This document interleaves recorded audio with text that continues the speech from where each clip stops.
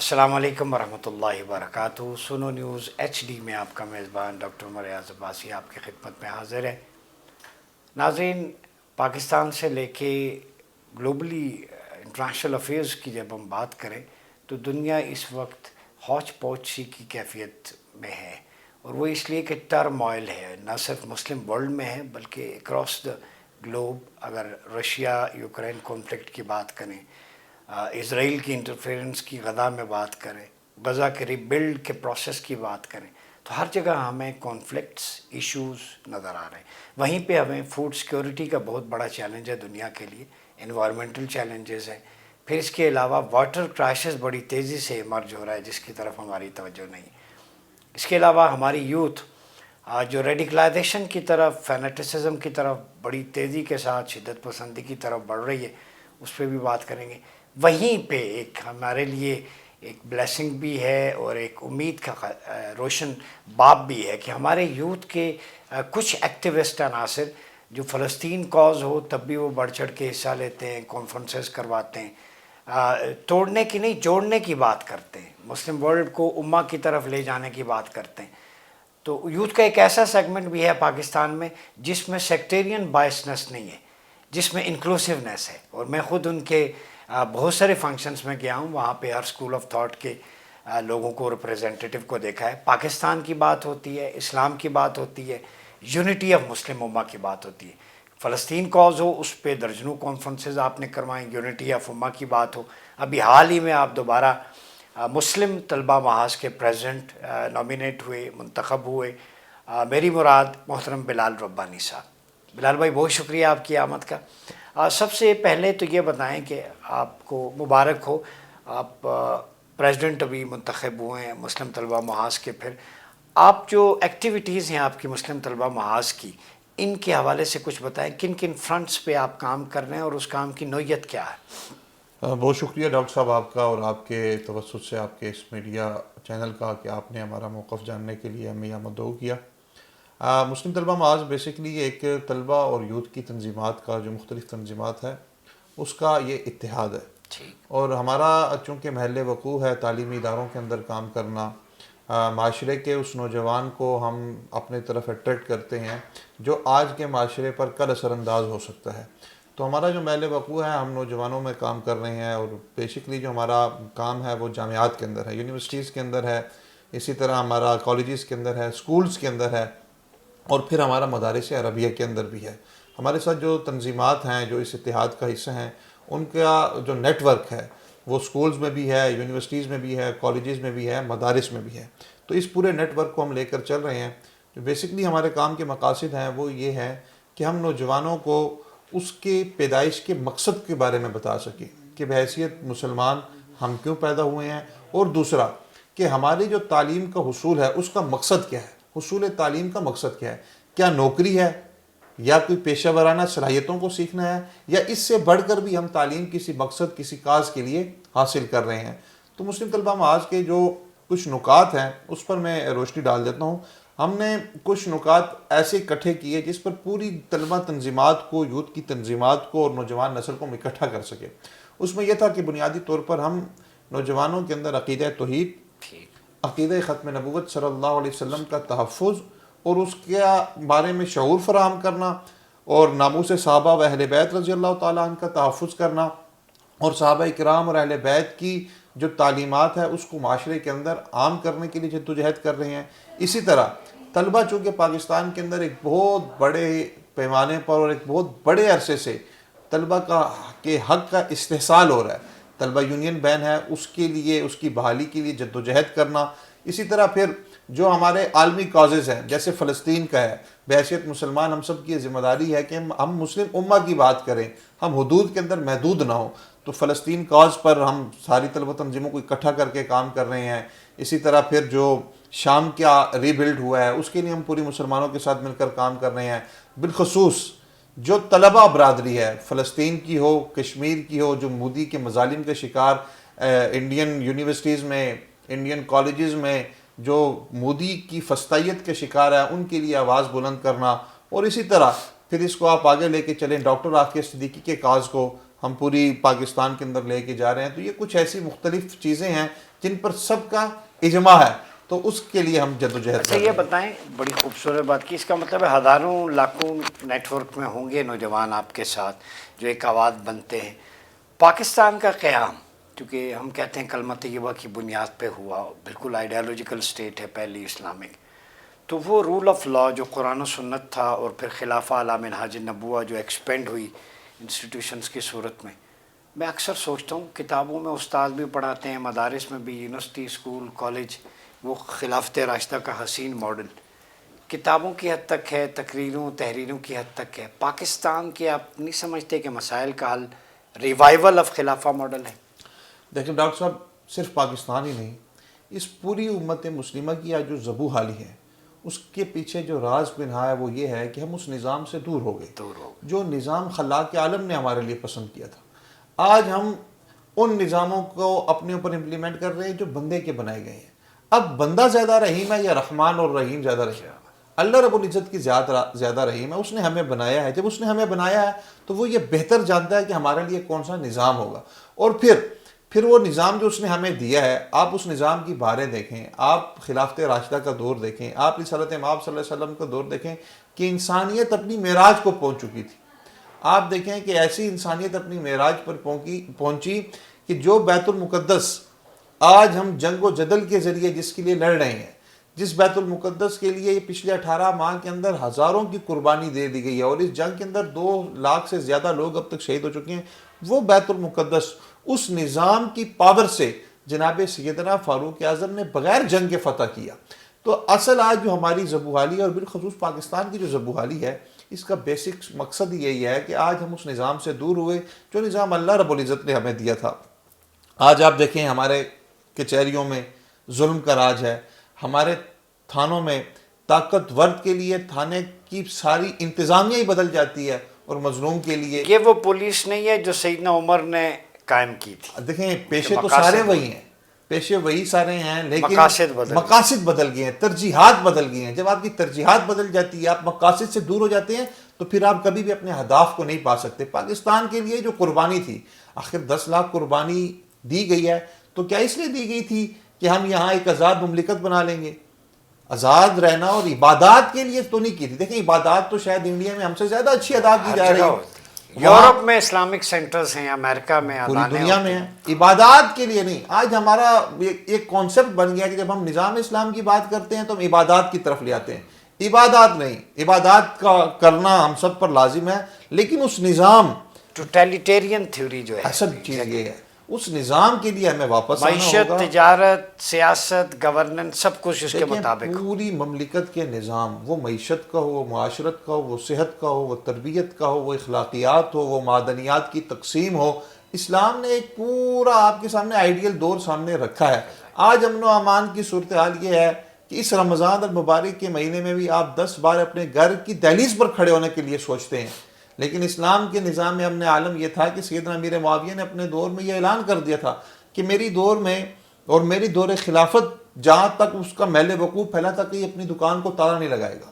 لوگوں نے کہا کہ اگر تالا نہیں لگائے گا تو چوری ہو جائے گی، تو خلیفۃ المسلمین نے کہا کہ اگر میری اس دور خلافت کے اندر اور میرے اس محل وقوع کے اندر کسی دکان سے چوری ہوگی تو اس کا ذمہ دار میں ہوں گا۔ اچھا، اسی سے ریلیٹڈ ایک چیز کہ ہمارے ملک میں یہ جو فتنہ خوارج تھا، پہلے وہ تو تھا ہی تھا، اس کے خلاف آپریشنز چل رہے ہیں، افواج پاکستان کامیابی سے لڑ رہی ہے۔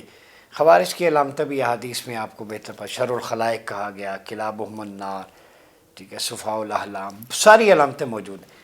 خوارج کے بعد B L A, B L F کا فتنہ اور مختلف تنظیمیں، اب ان کا نیکسس بنتا جا رہا ہے، اور اجیت ڈوول نے 2014 میں کہا تھا کہ رولز آف گیم اب پاکستان کے ساتھ بدل گئے، اور ہم جو ہے بلوچستان میں مختلف، آپ کو پتہ ہے ابھی لندن کی، اور اس کے بعد یہ آپ کا کلبھوشن یادو نے جو اقرار جرم کیے، تو فورن ایلیمنٹس بھی ہے، لیکن آپ کیا پیغام دیں گے متحدہ طلبہ محاذ، مسلم طلبہ محاذ، نوجوانوں کو کیا کہیں گے جو پڑھے لکھے نوجوان شاید سوسائڈ بمبر بننے جا رہے ہیں، یا جو کسی کے ہتھے چڑھے، ان کی برین واشنگ ہو رہی ہے، یا جو مذہبی جذبات کی بنیاد پہ ابھرتے ہیں، انہیں کیا پیغام دیں گے؟ خودکش حملہ حرام ہے، ریاست کے خلاف نہ لڑیں۔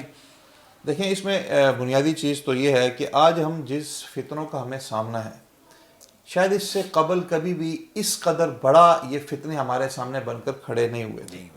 ایک تو میں اولاً بلوچستان کا جو سانحہ ہے اس پر پوری قوم غمزدہ ہے، پوری قوم سے میں اس پر تعزیت کرتا ہوں. دوسری بات یہ ہے کہ آج یہ جو عدم برداشت کی صورتحال ہے اور یہ جو حقوق کی پامالی کے نام پر کہ بھی ہمارے حقوق پامال ہوئے ہیں تو ہم جو ہے نا یہ سب کچھ کر رہے ہیں، اس سب سے ہمیں بیٹھ کر نمٹنے کی ضرورت ہے. پہلے تو یہ ہے کہ جن کے حقوق کی پامالی ہوئی ہے ان کے حقوق ملنے چاہیے، لیکن اس کا یہ مطلب نہیں ہے کہ حقوق کی پامالی کے نام پر آپ دیگر ممالک کے اعلی کار بن جائیں، پاکستان دشمن قوتوں کے اعلی کار بن جائے اور آپ اپنی ہی آبادیوں کو نشانہ بنائیں. آپ یہ دیکھیں کہ اس سانحے کے اندر کن لوگوں کو یرغمالی بنایا گیا، یا اس سے قبل بھی جو بلوچستان کی صورتحال ہے آئی ڈی کارڈ دیکھ کر لوگوں کو مرنا، یہ انتہائی شرمناک عمل ہے. تو نوجوان نسل کے لیے ہمارا یہی پیغام ہے کہ ایک تو نوجوان نسل ایسی چیزوں کی سے بچیں، ان لوگوں کے اعلی کار بننے سے بچیں جو لوگ پاکستان کے مخالف ہیں. اصل میں جو پاکستان کے مخالف ہیں یہ نظریہ پاکستان کے مخالف ہیں. ایک وقت ہوتا تھا بلکہ وہ نظریہ اسلام کے بھی کہیں نہ پاکستان کا نظریہ اسلام ہے. ایک وقت ہوتا تھا یہ کہا جاتا تھا کہ مذہبی عصبیت، مذہبی انتہا پسندی عروج پر ہے، لیکن اگر آج آپ دیکھیں تو نہ تو مذہبی لوگ عصبیت پر ہے، نہ ان کی انتہا پسندی عروج پر ہے، بلکہ جو پاکستان کا لبرل طبقہ تھا وہ ایک اپنی سائیڈ لے کر کھڑا ہو گیا، فاشسٹ اپروچ کی طرف چلا گیا ہے، نظریہ پاکستان سے متصادم لوگوں کا الاکار بن گیا ہے. تو یہ ہمارے لیے بڑی الارمنگ پوزیشن ہے. آپ نے ویسے انٹرسٹنگلی میں دیکھ رہا تھا عورت مارچ بھی کیا ہے اسلام آباد میں، اور بڑا یونیک تھا چونکہ عورت مارچ کی جو ایک آئیڈینٹیفیکیشن ہے وہ پلے کارڈز لیے ہوئے، کھانا خود گرم کر لو، یہ کر لو، وہ کر لو، ٹھیک ہے، اس طرح کے سلوگنز کو گھر میں بیٹھی بچیوں خواتین کو ایک بغاوت کا درس. لیکن آپ کا موڈیسٹی والا عورت مارچ تھا، اس کے اسلام کا اصل جو کلچرل پروموشن، تو کہیں پہ کوئی ہرڈل ریبٹل تو نہیں آئی؟ یہاں پہ دوسری خواتین بھی آتی ہیں. دیکھیں ڈاکٹر صاحب، اصل میں جو ہمارا عورت مارچ تھا میں اس کو تھوڑا سا آپ کو ڈیفائن کر دیتا ہوں.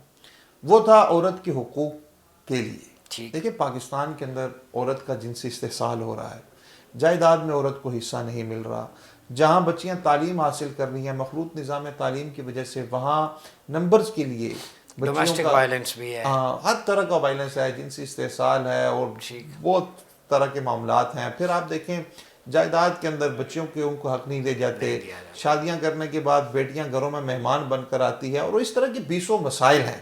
تو ہم تو جوائنٹ فیملی سسٹم ٹوٹ رہا ہے، جو خاندانی نظام ہمارا تباہ ہو چکا ہے. تو ان تمام مسائل کو مد نظر رکھتے ہیں، اور پھر ڈاکٹر عافیہ صدیقی، آسیہ اندرابی اور دنیا بھر میں جو مظلوم عورتیں ہیں، آپ دیکھیں فلسطین کے اندر کتنی 18,000 خواتین شہید ہوئی ہیں. جو صورتحال شام کی ہے کہ نصیریت نے وہاں کس قدر ظلم ڈھائے ہیں، پھر آدشی وراٹھو نے برما کے اندر مسلمان بچیوں کو بھونا ہے. آپ افغانستان کے اندر دیکھ لیں کہ کیا کچھ نہیں عورتوں کے ساتھ ہوا. تو ہم تو جو ہمارا مارچ تھا ہم عورت کے ان حقوق کو مانگ رہے تھے، اور جو مارچ جس کی طرف آپ اشارہ کر رہے ہیں اس کا سب کچھ ہے، لیکن عورت کے حقوق سے کوئی تعلق نہیں ہے، بلکہ وہ اس ایجنڈے پر عمل درآمد کر رہی ہے جو اصل میں عورت کے استحصال کی وجہ ہے. آپ مجھے بتائیں ڈاکٹر عافیہ صدیقی جو 2 اشروں سے قید ہے اس پر ظلم کون کر رہا ہے؟ یورپ کر رہا ہے. اسرائیل نے امریکہ اور مغرب کے آشرواد سے 18,000 بچیوں کو ان 6 ماہ سے لے کر 1 سال کے عرصے میں قتل کیا. آدشی وراٹو نے عالمی قوتوں کی ایما پر مسلمان بچیوں کو بھونا ہے. اصل تو بات یہ ہے کہ مغرب اس وقت جس کا خاندانی نظام تباہ ہو چکا ہے، جس کے اندر سب سے زیادہ جو خودکشیاں کی ریشو ہے، جو مغرب کے لوگ اپنے آپ کے لیے گیدرنگ کے لیے کتے پالنے پہ مجبور ہیں، لیکن پتہ نہیں کیوں ہمارے ملک کے ناعقل اندیش لوگ اور ان کی ایما پر، ان کی فنڈڈ پر پلنے والے لوگ ہمارے معاشرے کو سجان کا شکار کرنا چاہتے ہیں. لیکن ڈاکٹر صاحب ہمارا یہ عزم ہے کہ جب تک آپ جیسے لوگ ہماری آواز بنتے رہیں گے، ہماری آواز کو تقویت بخشتے رہیں گے، انشاءاللہ ہم اپنی قوم کو حقیقت دکھاتے رہیں گے. ایک اور ایشو کل پرسوں جامعۃ الازہر کے شیخ کا ایک ریکمنڈیشن ہے، ان کی آئی ہے کہ بیوی کو چاہیے، بلکہ اس کا فرض ہے، انہوں نے مینڈیٹری قرار دیا کہ وہ مرد کی دوسری شادی میں اس کی مدد کرے، نصرت کرے، اعانت کرے. اور ہم پاکستان میں دیکھتے ہیں 54% خواتین ہیں، اور جب ہم بات کرتے ہیں نا اجازت ہے 2-3 تو خواتین کو مطلب آگ سی لگ جاتی ہے. ہمارے ہاں یہ کلچر ٹریڈیشنل ہے، سب کانٹیننٹ میں دوسری شادی کی بات انہیں گولی کی طرح، بلٹ کی طرح محسوس ہوتی ہے.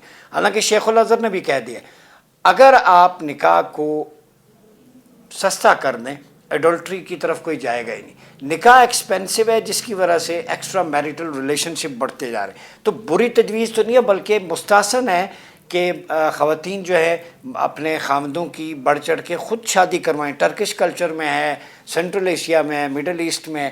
اس بارے میں آپ کی کیا رائے ہے؟ ڈاکٹر صاحب دیکھیں، چونکہ ہمارا جو طبقاتی نظام رہا ہے اور پھر ہمارا جو معاشرتی نظام بھی رہا ہے، تو ایک بہت بڑا عرصہ ہم غیر مسلموں کے ساتھ رہے ہیں، بالخصوص ہندوؤں کے ساتھ رہے ہیں. تو تقسیم کے بعد بھی کچھ چیزیں آج بھی ہمارے اندر ان کی معاشرے کی رائج ہیں.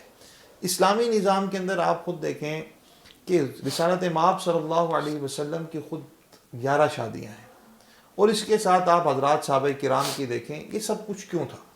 آپ خود دیکھیں خلافت عثمانیہ کے وقت کے اندر بھی جس قبیلے کے ساتھ دوستی کو مضبوط کرنا ہوتا تھا اس قبیلے کے ساتھ شادی کے رشتے کو بنایا جاتا تھا. آپ اسی طرح آگے تسلسل کو دیکھتے جائیں تو یہ ایک انتہائی بہترین نظام تھا.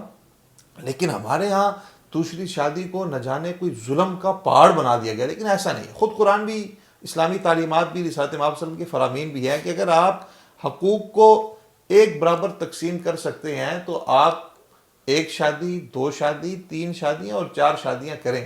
ایک تو یہ ہمارے معاشرے کی ضرورت ہے. یہاں ایک چیز کی میں نشاندہی کرنا چاہوں گا ڈاکٹر صاحب کہ ہمارے ملک کے اندر دوسری شادی کو گورنمنٹ لیول پر بھی بہت مشکل بنا دیا گیا ہے.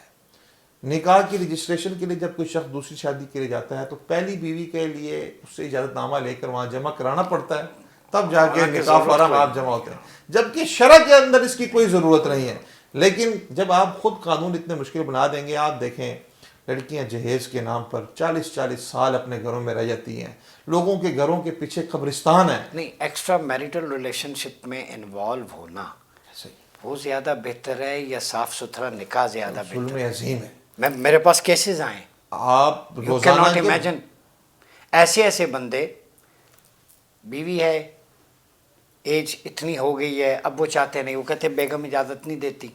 ٹھیک ہے، تو خواتین کو بھی چاہیے بیلنس. یہ مقبوضہ مرد تو نہیں ہے مقبوضہ کشمیر کی جگہ، ایسا ہی ہے. تو اس کو کب آزادی ملے گی؟ دیکھیے اس کی جدوجہد جاری ہے، اس کے لیے جدوجہد جاری ہے. تو اس جدوجہد میں آپ کا بھی حصہ ہے. اللہ رب العزت اللہ آپ کے بھی اس حصے کو قبول و منظور فرمائے. تو بہرحال دیکھیں جب بھی ہم اسلامی تعلیمات کے قریب ہوں گے تو یہ تمام جو رسومات بد ہے یہ خود بخود اس کا خاتمہ ہوگا. اچھا یہ بتائیں، تکمیل پاکستان موومنٹ ہے، چیئرمین ہیں سعد نذیر صاحب، انہوں نے خلافت کولا بھی لانچ کی. پروز کونسنس کے میں نہیں جاتا، لوگوں نے حق میں بھی بات کی مخالف، لیکن اسلامک کلچر ہیریٹیج کو پروموٹ کرنا کولا کے ذریعے، ڈریس کے ذریعے، امامہ پوری دنیا میں ہوتا ہے، اس پہ ہم نے بات بھی کی ہے.